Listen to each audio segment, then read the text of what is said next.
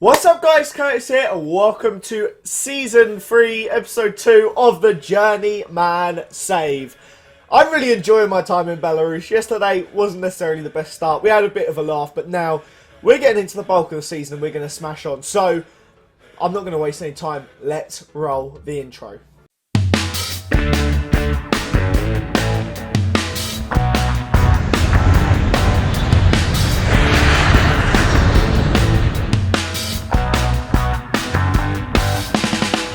There is nothing else to say other than right now I am flipping loving this club. It may look like some mixed results there, but I'm actually really enjoying this season way more than any time at AEZ. So as you can see, we've been scoring goals. First game, Journeyman Machiavala, who's turned out to be an absolute don, got us an 88th minute winner right there. Sorry guys, my mic was a little bit funny there. 88th minute winner, absolutely top draw for our first win. Next game, we get a lovely little 3-2 win.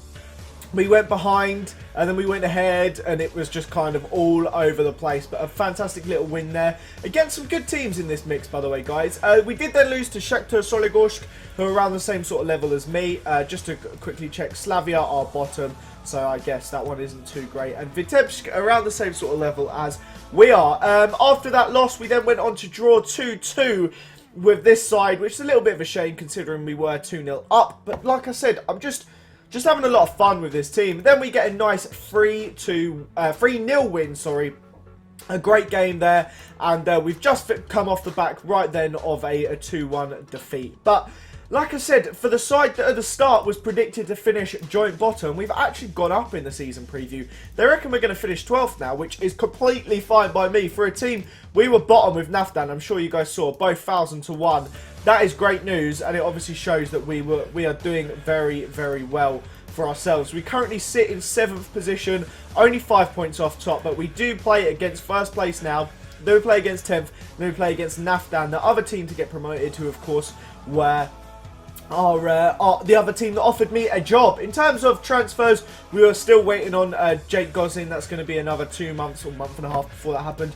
I did pick up this guy on a free, but didn't realise, obviously, registration window was closed. He looks like an unreal defender. I was doing a lot of scouting, trying to find centre-backs, and he looks absolutely fantastic. The only problem being, as it stands, we have essentially no depth in central defence. I mean, we have these 3 players as options, and obviously Ndiaye isn't available. So we're literally stuck with these 3. So hopefully we don't get any centre-back injuries or suspensions, although I'm sure it's about to come. Defensively, we are kind of struggling, so someone to solidify the back will help. But our midfield, especially these 3, and our striker have been absolutely fantastic. Going forward, we've been doing very well. So we need to keep that up, try and maintain a bit of form, and we are going to go into this game. As it's loading in, I want to say a couple quick things. Shout out to... I've forgotten your name, but you know who you are on Twitter, who told me to download a special hotfix for Football Manager by getting like a beta update, because apparently the update made the game run really slow between match to match. I was saying how long it was taking me to get through. It would take me like 3 minutes per day. Now it's like back to 5 seconds. So this update has thankfully fixed it, and it does not take me anywhere half as long to get videos done. So that's awesome. Also, I was playing around with the little camera in the corner, and I think the size is not right at the moment, so apologies for that. Fantastic save from Amelchenko. I am also... You can see the little hole in the webcam there. That's because the green screen is there from the thing I've recorded yesterday. I need to try and get a proper setup for it behind me. I think it'll be pretty cool for videos in future. I've spouted a lot of rubbish into your face to start it off, but we're going to focus on the game for a little bit now, and probably not the best time to do so as we go 1-0 down. Let's not forget, we are against top of the league, and in reality, like if we finish above 12th, I'm absolutely ecstatic with our season. We weren't expected to do too well, so I'm very happy with how things are going regardless. To get a few wins, to be on 10 points after 8 games, absolutely happy days. That is a good finish there from Alfaro. I have to say, it's crazy how tight this league is. I know we're only 8 games in, but for it to be just 8 points between 3rd and 15th is pretty crazy.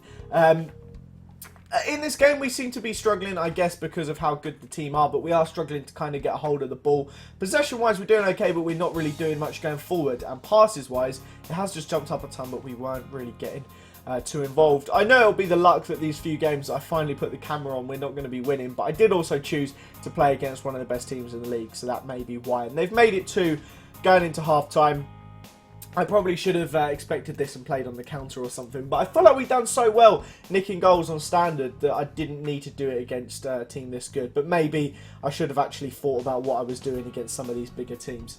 Oh well, that's one of the mistakes you make. Hopefully we don't continue this form for the rest of the episode.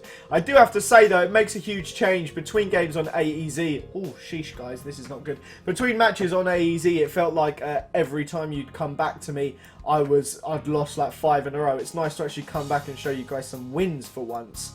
But this has not been the best first half, I have to say. Although, when you're a newly promoted side playing against top of the league, at least it's not 5-1, 5-1. Because that could also be worse. I'm also just recording this shortly after watching PSG versus Barcelona. Wow, that was absolutely incredible. I have no words to say to that. Now that is a Football Manager-esque collapse. I've never seen one quite that bad, but I've seen them close on this game, that's for sure. I don't really know what I'm talking about. Anyway, we're going into the second half. I would quite like to have a little bit more involvement, especially with how clinical our attacking players have seemed to be, really. We are playing a new right winger, and I'm going to take him off in 5 minutes because he's not really impressed thus far. The only problem is the foreign player limit, so I can't just bring on Napoli. What should we do here? Should we take off Machiavala? I'm going to take... No, he's been really good. I'd be silly to do so. I'm going to take off Franco because he's on a yellow card. We'll bring on this guy because he's just decent. He can defend a little bit more too. And then we'll bring on Napoli on this right-hand side. That should do us for now, a double change. Like I said, guys, I mentioned how poor we were defensively. That just sums it up. When we get our when the registration window opens for the second half of the season, we'll be alright because we'll have a centre back. I may try and bring in a couple new defenders.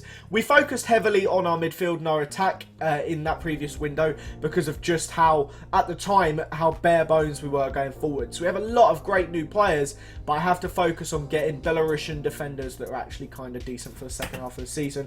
I've got to say, I knew this team were going to be better than me, but I didn't expect to be coming into the 75th minute without a single shot on goal. We've been known to kind of control possession, not make too many chances, but take every chance we get. And a 4-0 loss is quite worrying against a team that granted are top of the league, but it's worrying for our morale state. So hopefully they aren't too downhearted after that. They're playing a very interesting 4-2-3-1 narrow. I haven't seen that too much on this game. And makes me want to try it because I do always think about using it, but I never have the guts to ditch wingers and go that attacking. I don't know. If I ditch wingers, I usually pack like further back in the midfield, but it's definitely worked for them, that's for sure. We have been destroyed in the middle of the park. I probably should have cleared the ball to flanks or something. A bit late for that now, though. So a 4-0 loss, I've got to say, that wasn't the best, and our morale has been absolutely shot. Well, I'm not going to be too downbeat. We have some relatively easy games coming up. I expect us to beat Nafdan pretty comfortably. I mean, they are 14th in the league. They've only lost one more than us, but I'm pretty confident that we're better than them. And then we play against Gommel, which should be a good game. So let's get into the Gommel game right away. It's an 18-day gap, so I'll see you guys in a minute, basically. And then we're not going to be far, by that point, off our registration window. Let me quickly check. How many games do we have before then? We have that one. Oh, we do have flipping 6 games in June. But still, that'll probably be the half point of the season. Let's get to the Gommel game, and I'll see you guys in a minute. Right, lads. Now we have a game. We're not playing against the ridiculous top of the league. We're playing against Gommel. 1 point behind us. They've lost 1 game less, but we're at home. They're going to be most likely starting in a standard 4-4-2, but we have a little problem. You may remember, just moments ago, I mentioned how Alexander Krasi is going to be our most important player, and that we only have to wait 1 more month before we get someone else. He's out for 5 to 6 weeks. How does that happen? To be fair, he's been pretty awful, so we have a couple of options that can come in. We either have Raczynski or Pozniak. Now, if we go for Pozniak and play him as a defensive centre-back, he's 1.5 stars. Or you have Raczynski, who is also 1.5 stars. Now, Raczynski doesn't have a stat over 10. Pozniak has a few over 10. And and he's a couple years younger. So we are going to be starting a 17-year-old centre-back at the back. We also are going to be bringing in a different central midfielder. We're going to be going for Alexandrovic, which is a big miss, not having Marchi. He's been very, very good for us with a 7.19. Makes a huge difference. But it does also mean that we have an extra spot for a foreign player in our squad. So I'm going to go ahead and I'm going to start Eamon Napoli on the right-hand side. So we have Anton Anelchenko in goal as per usual. Shigrovic, I worked his name out before. Shigrikovic, that's it. Shigrikovic. I think that's it. He's going to be at right back with Artem Guzic at centre back. Probably our only good defensive-minded player. Dmitry Klimovic at left back. Then we have our fantastic midfield trio, kinda. We have two of them that are fantastic. We have Mattia Spezzani and Domenico Franco, the two Italians, with Alexander Alexandrovic as our other centre midfield. Then we have Eamon Napoli, Lucas Lopez Garcia, and Josimar Machiavala. Flipping heck, we have some tricky ones. I think we need to rename a few of them. I don't know who. I'm going to rename this guy Alex straight away because his name is a bit of a joke, and that'll do for now. I'm just going to rename this guy just Lopez Garcia as well because he doesn't need that many names. He can just be Lopez Garcia. That'll make it a little bit easier, and that'll do. I kind of want to call this guy like Machiavelli or something, but we're going to go for that squad. This is what we're rocking. They are the favourites going into the game, but very marginally, literally, like, I'm not sure how much you guys know about odds, but they're essentially the same. We're gonna be passionate with the team, and I'm going to tell them we owe them. I'm going to properly go in like, this is granite, or something like that. I don't know where that one came from, but a nice goal in the first half would be lovely. I'd like to see you guys, to have you guys watch Granite actually get a win. You've seen 2 losses so far, so I'd like to see a little win here. Lopez Garcia plays it to Franco. It's quite promising. Lopez Garcia has been very, very good for us going forward. He's provided a lot of goals and assists. But an awful pass from number 4, Guzic, actually gives him the ball back. And it's just beaten number 33, who is Pozniak, our new guy. But luckily they blazed it over the bar. Pozniak is someone we're going to have to keep an eye on, number 33. But hopefully we can kind of get the ball to bypass the defence and focus on the midfield and the attack and maybe nick some goals. And not worry too much. So far, tackles 1, we've completed 5 out of 6. Headers-wise, we are not winning much in the air, but it's been a very, very dead half so far. We're going to say to them, keep going out there and you can still win tonight. Hopefully that works. Let's go.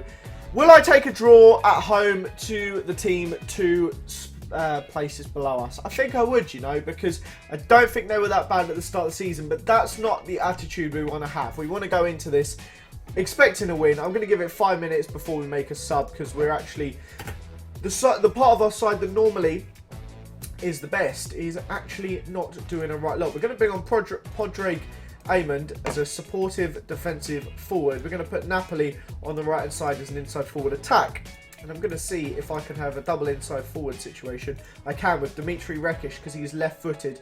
We're going to have 2 inside forward attacks that will be floating off our defensive forward, and we're going to close down more, and we're going to pass into space. Complicating it a little bit, I know, but I think those 2 changes to our front 3 could be crucial. We're changing the system, making it rather than going out wide. We're going to be everyone's cutting in. It's going to be like a triangle as we go forward. Hopefully it pays off. It would be nice to actually see us create a chance. I'm going to go attacking for the last 5 minutes. It's going to end up being one of the most boring games. We were scoring for fun before you guys turned up. Not a go in 2 games now. That is just the way it goes, isn't it? Koshman on the right hand side to Sokol.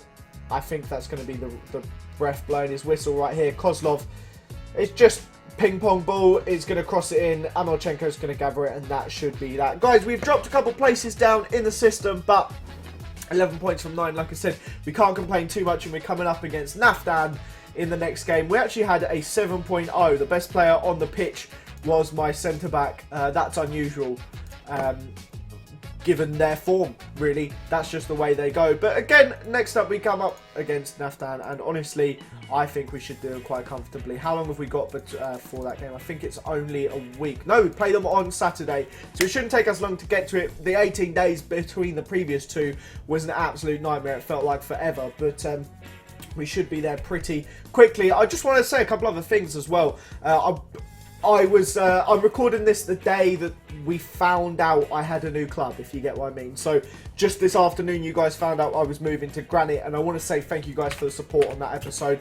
It's crazy to see like just how happy you guys were too that we were getting a new club. I was absolutely buzzing. So I find it really cool to see how much you guys truly enjoy it when stuff like that happens, and the support that's been shown on this series really just cheers me up. And I think this episode should be possibly 15 in a row that I've uploaded daily, and half a month for me, that's a fantastic start. I'm hoping to keep it up for as long as possible. I know I'm away for the weekend on the Saturday, so it may make it a little bit trickier, but the goal is to try and maintain daily consistent uploads for as long as possible.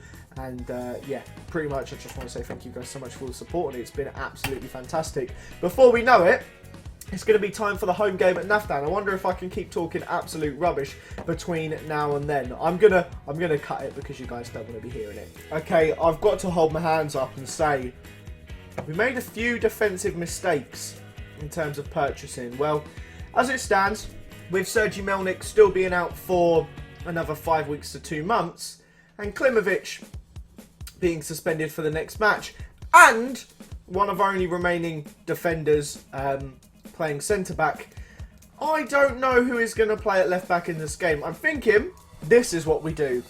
With a total of 8 stars along our back 4, which is pretty horrific, we're going to go in against arguably one of our most important games of the season against Naftan.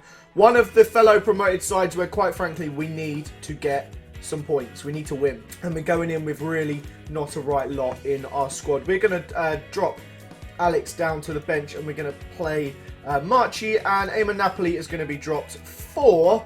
We're going to give Dimitri Rekic another game because he was doing quite well up front for us. So we have that horrific back 4. It doesn't even bear talking through. We have our great midfield. Hopefully they can save us today.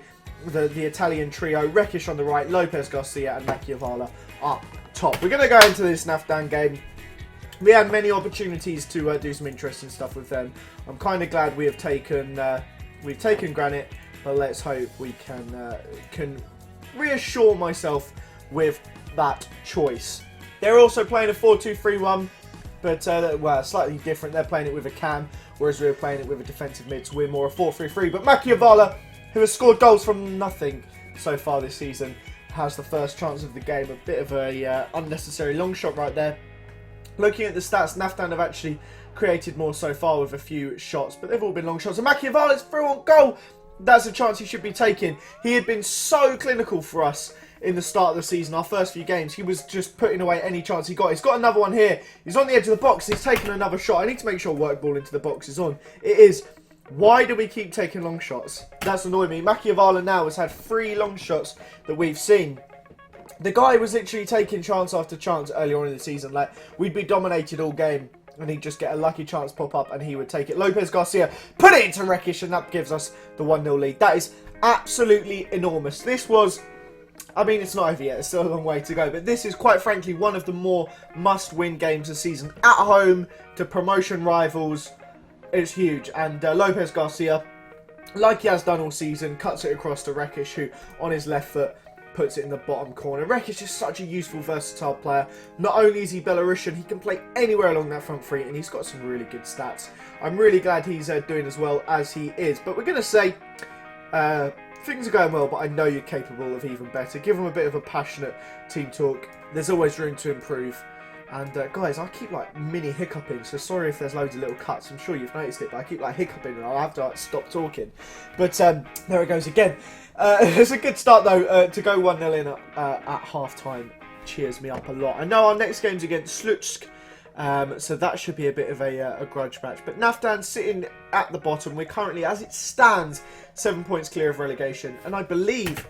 Let me check. I believe that was all the board asked of me. It was. They want me to fight bravely against relegation. So that even means, like, you can go down. Just fight bravely against it. So I'm happy that as it stands, we're a nice bit clear. At one point, this did also say very secure. But it isn't as secure now. But they're happy with finances and transfers. That's all that counts. So, 30 minutes to go in this final game. I think we might take off Machiavala shortly because he's not having the best of games, and there's no point. There's one more highlight. There's no point letting him run around and not struggle to create chances. He's just taking long shots, not doing the right lot. As I say that, the ball goes long. It ends up at Franco's feet. It goes out to Rekic on the right-hand side, who plays an unbelievable ball to Lopez Garcia. What a goal that was. Lopez Garcia has been so good. I nearly didn't sign him because I thought we had enough wingers. I'm so glad I did. That was a fantastic pass from him to see Lopez Garcia in that position, and what a finish into the bottom right-hand corner. Wow, there's not much I can say other than that. My two wingers combining perfectly. They both have a goal and an assist. You can't ask for much for. Much for?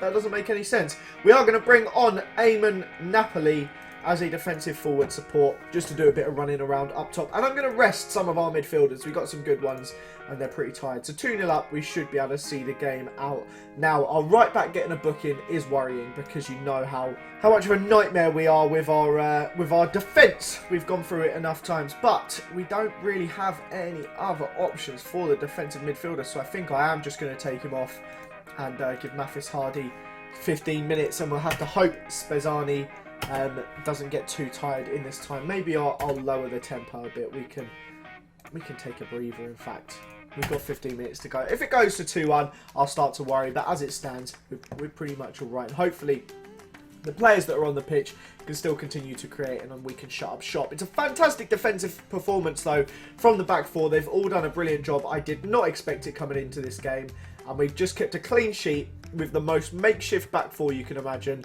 And that puts us just 5 points off second.